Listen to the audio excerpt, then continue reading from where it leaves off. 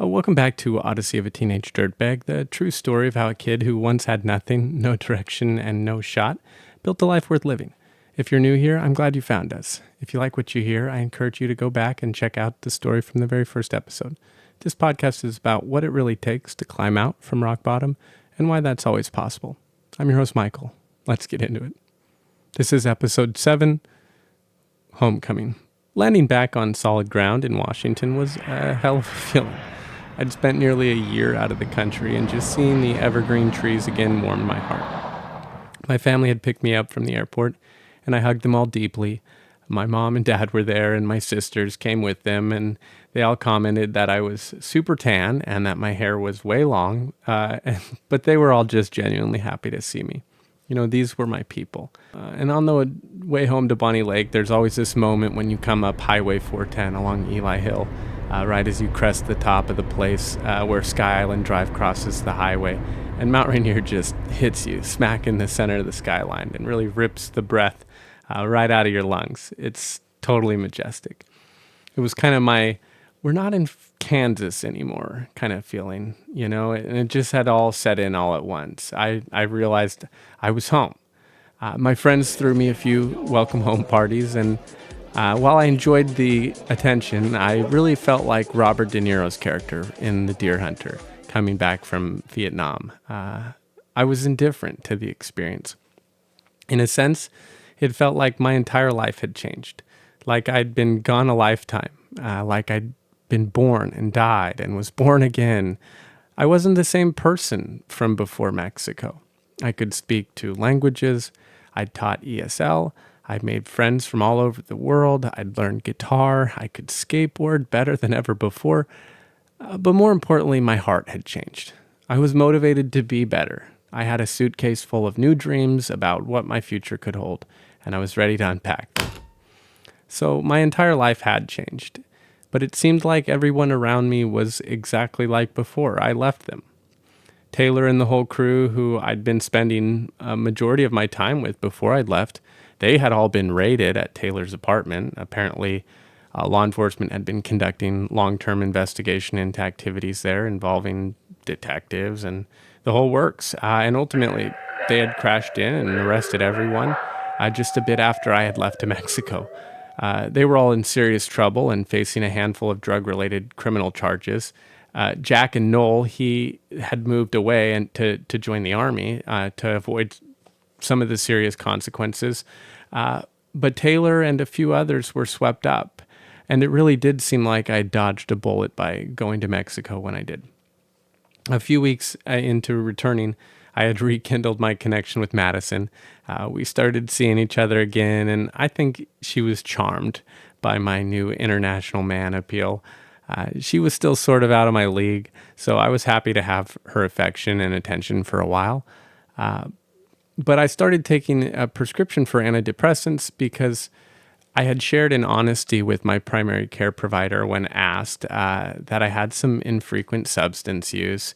And he thought that it was a sign that I was dealing with depression or anxiety, and I was using those drugs as a way to self-medicate. And so he recommended I take a regimen of SSRIs to sort of cope with life. And I was naive, and I just wanted to do what the doctor ordered. So I took them, not really needing them, I guess. And these SSRIs really fucked with me. When I first started taking them, I would get these rapid shifts in mood. And God forbid if I forgot to take one for like more than one day, I was thrown into these like explosive rage episodes. It was all really out of character for me generally. So I tried to get off them before they really like ruined my life. Or at least I ruined my life all over again. But Madison and I, meanwhile, we didn't last too long. I don't think she was really ever that into me as much as she was into the idea of me. Like I always felt like I was convincing her to spend time with me. And she dated this other guy, Aaron, before me, and they remained in close contact. And I think her heart was sort of still there. Aaron had cheated on Madison with a friend of hers named Ashley. And Ashley and I were friends, and so She was actually the person who had introduced me to Madison, but there was this sort of lingering bitterness between Ashley and Madison from the Aaron situation. And so, anyways, during a party that Madison wasn't able to attend, Ashley, myself, and another girl all fell asleep together in one of the bedrooms. Now, we didn't have any sex. We didn't do anything physical at all. We just all went to bed in the same place. Not that it made it right, but it made it better, maybe. But either way, Madison still found out and was not having any of it. She broke up with me, and, all's fair. But at the time, I didn't really care anyways. Plenty of fish in the sea was sort of my motto. And I was young, and the world was my oyster. I was just happy to move on and find someone else to take interest in me. And Madison never really seemed that interested in me anyways. And so I figured that relationship had an expiration date, even if I hadn't fucked things up. So anyways, I needed to find a job. I was still just a high school dropout with a criminal record. I had a GED now at this point, but no real marketable skills. So I was pretty open to whatever opportunities were available to me. Locally, there was a sort of mental hospital called Rainier School that employed much of the community on the plateau. It was like a sprawling campus that was originally built in the 30s, way out in the middle of nowhere to house the unmentionables of society. At the time, that included women experiencing hysteria, gays, the criminally insane, mentally ill, and just developmentally disabled adults and children. Later, they just housed mostly developmentally disabled adults with a range of co-occurring mental issues, but that was sort of the genesis of this whole mental health hospital facility out on the plateau. The whole base of operations at Rainier School used to be pretty expansive in its heyday, too. They had underground tunnels with entire road systems that ran beneath the surface, with space for jeeps to transport patients and medical staff from operating rooms to dormitories. They had ice bath tanks down there too, and whole wards and behavioral centers where they would perform frontal lobe lobotomies back in the day. It was like a place straight out of the movies. Anyways, my brother and his friend Seth had managed to get a job there working nights, and they'd convinced me that the pay was good, that working graveyard was easy, and that they mostly just had to fold clothes while they watched TV, and only occasionally, just occasionally, did something weird happen. But otherwise, it was easy money, and there was opportunity for advancement and overtime. And so they talked me into it. It all sounded pretty good to me. And at this point, I had a pretty illustrious career spanning, very prominent fields, from mowing lawns for a landscape company, to scooping ice cream for Baskin and Robbins, to flipping burgers at Wendy's, and spot welding and brake press operating for Red Dot, also teaching ESL for a nonprofit, and of course, selling drugs for petty cash. So I was ready for something that I could connect to a sense of direction and that gave me a long-term career potential. I knew that at Rainier School there was potential to work my way up the ranks and eventually make even as much as like $25 an hour if I was really lucky and broke my way into management. So that seemed like a pretty sweet gig, especially compared to the $50 a week I'd been making when living in Mexico. So when I filled out my application for hire at Rainier School, I had to put down like any prior criminal history, and I had to report, anything I'd done. And during the interview, I was interviewed with a panel of 3, and it went really well. So I was optimistic things might actually work out. But then I got this call that my background check had came back with a negative flag and that they needed to sit down and talk with me about it. So I met with the dean of campus, and he was some sort of, PhD type in a suit. If you opened up the encyclopedia and turned to the word professor, I bet it would have his picture in there. He had one of those Abraham Lincoln style Amish kind of beards, that wrapped his chin, and he was wearing this tweed 3-piece suit when I met him. And overall, he was really a nice fellow. He asked me about my criminal charges and what had happened, and as well as, how I'd reflected on the experience and felt my behavior had changed. And I explained that I'd been to rehab, that I'd lived in Mexico and learned a lot about myself, and I was very much committed to the positive changes I made. He agreed to take me on and hire me, and I was ecstatic. My first week of work, though, I had a black eye. I hadn't fully committed to stopping my SSRIs, and so I'd been off them for a few days, and I was just going absolutely mad. I flew off the handle at every little thing, and at some point I picked a fist fight with my brother in the driveway of our house. And initially I was just making haymaker swings, and he was backing up, and nothing was connecting. Then out of nowhere, Seth, his friend, was behind me, grabbing my arms to sort of restrain me and break up the fight. But my brother was a total opportunist, and he looked at me with my hands behind my back, restrained by Seth, and decided to lay one right on my left eye. Now, I take full responsibility for starting the fight and, play stupid games, win stupid prizes, but I still think it was a cheap shit shot. And I wasn't happy that I had to go to work with a black eye for my first week on the job. Everyone asked me what had happened, and I just told them I was playing football and had collided with the opposing team.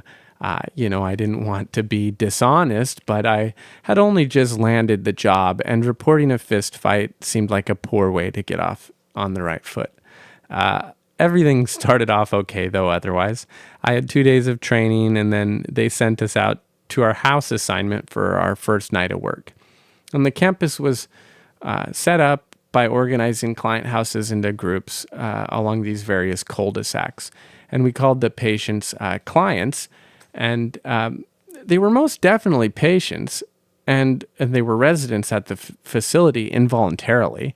But the client language was some sort of psychological conditioning intended to improve the outlook of the staff on the folks they served day to day. And so instead of calling them patients, we called them clients. And they would live in these groups of 5 on these houses.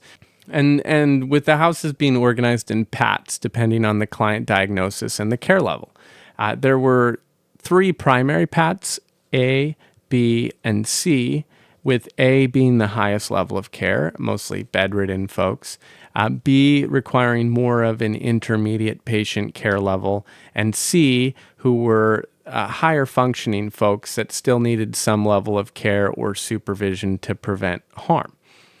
I was assigned to Pat C, and my house had a handful of residents, none of whom were violent, but it did have a few runners and a few other clients with behavioral issues. And so I would assist with their daily care needs, and I would wear a pager for the BRT team, or behavior response team.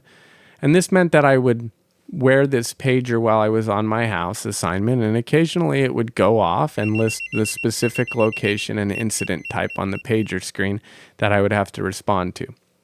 And every time the pager went off, I would confirm the location and then run out into the night as the first responder to whatever behavioral incident was occurring. And I sort of always wanted to be the second responder, to be honest. But inevitably, most of the time, I would arrive on the scene alone, and there would always be some patient naked as the day they were born, with some other patient or staff member being violently assaulted, and I would have to jump in and intervene in this sweaty, bloody mess. Within a few months on the job, I'd been kicked, spit on, punched, ambushed, in and out of more wrestling matches than one lifetime deserves. In training, we learned special techniques that we were required to employ called nonviolent interventions, and they were essentially required us to use what they called puppy paws or open hand restraints. So you'd have to keep your hands like a paw, and we had to use that anytime we were maneuvering a client. You couldn't close your hand or close your hand around the client when you were wrestling them, and so it was difficult, obviously, whenever you were dealing with somebody violent, to try to maneuver them, out of that incident. Oftentimes, I would use a 3-person hold with the other members of the BRT team to restrain the client. And that involved one person holding down the client's leg on one side and another person holding down the client's leg on the other side. And then this other person wearing these like really supersized oven mitts and holding them on either side of the patient's head to prevent biting or spitting. Honestly, it was like always a crazy time sitting in those 3-person holds while the patient just went absolutely ape shit and us hoping they didn't break free from one or the other restraints while they, spit and attempted to bite us. Due to HIPAA regulations and other internal policy decisions, the nurses were not allowed to tell the other team members which patients had AIDS, hepatitis C, or any other type of bloodborne diseases.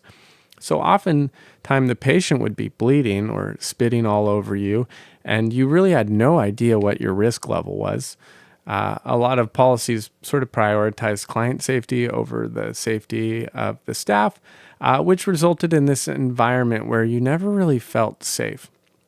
And it fostered and nurtured kind of a strange us versus them mentality between many of the staff dealing with the higher risk patients just due to the nightly violence in some of the houses. Rumors long circulated of a staff member getting their face chewed off, or a different time a staff member was like ambushed and sexually assaulted by a handful of the patients. Being alone at night and traveling along the corridors to respond to an emergency just had this way of putting my skin on edge. It was eerie to say the least. But life went on and I settled into my job there. I was an AC1, so I thought that if I just worked hard and kept my head down, eventually I could become an AC2, which was a shift supervisor. And within a few more years of diligent effort, if I really worked hard, I could become an AC3, which was a unit manager.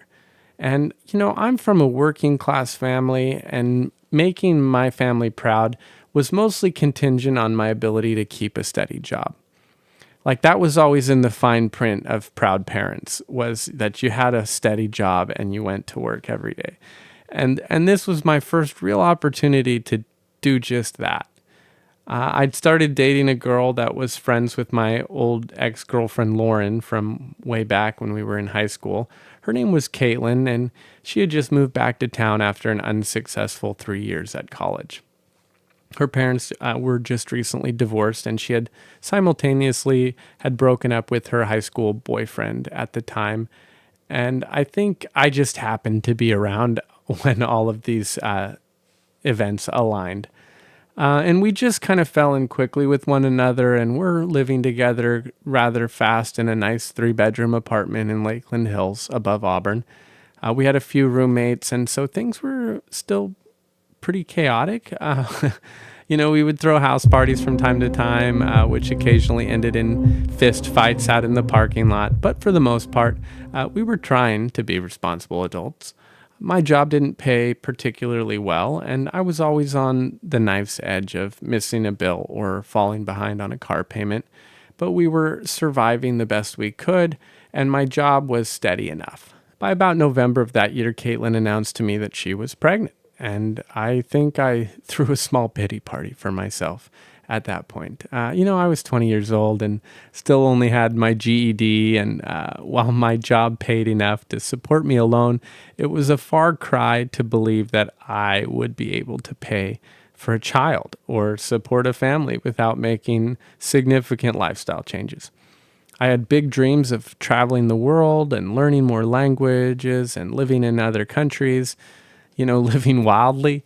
And so I was sort of a baby about it when I found out, pun intended. I did some moping around for about a day or two, but still reassured Caitlin that I was going to support her and meet any of her needs and be there to raise our child. I proposed, probably a month or two later after some urging from Caitlin. I didn't have any money for a ring, but Caitlin's mom offered to give me her old engagement ring, and so I planned a proposal based on that. And I did it in our apartment bedroom with some flowers and sweet words, and She said yes, of course. I don't think I was prepared to get married, though, at that time, or even necessarily really wanted to. But it just seemed like the right thing to do given the circumstances I was dealing with at the moment. Caitlin was happy to be, engaged and have a wedding to plan for and a baby on the horizon. And she really seemed pretty content with the world during that season and time of our lives. I sort of felt like I was on my way to be living the American dream. As I was working a steady job, earning about $10 an hour, I was engaged to be married, I was living on my own in my own apartment, and I had a baby on the way. I felt like I was on my way. When my son was born, it was amongst the happiest moments of my life. I got a call from the front office when I was on shift that Caitlin needed me home because her water broke, and I drove home around 3 in the morning and picked her up and took her to the hospital. And approximately 12 hours of labor later, we welcomed my son, Rylan J. McCork, into the world. And I cut his cord, and then after he spent a few moments with his mom, he was passed to me, and I just held him. And he stared up into my eyes, and everything stopped. I had created life, I had made this beautiful human who now looked upon me with tender admiration. My world would never be the same. I would never be the same.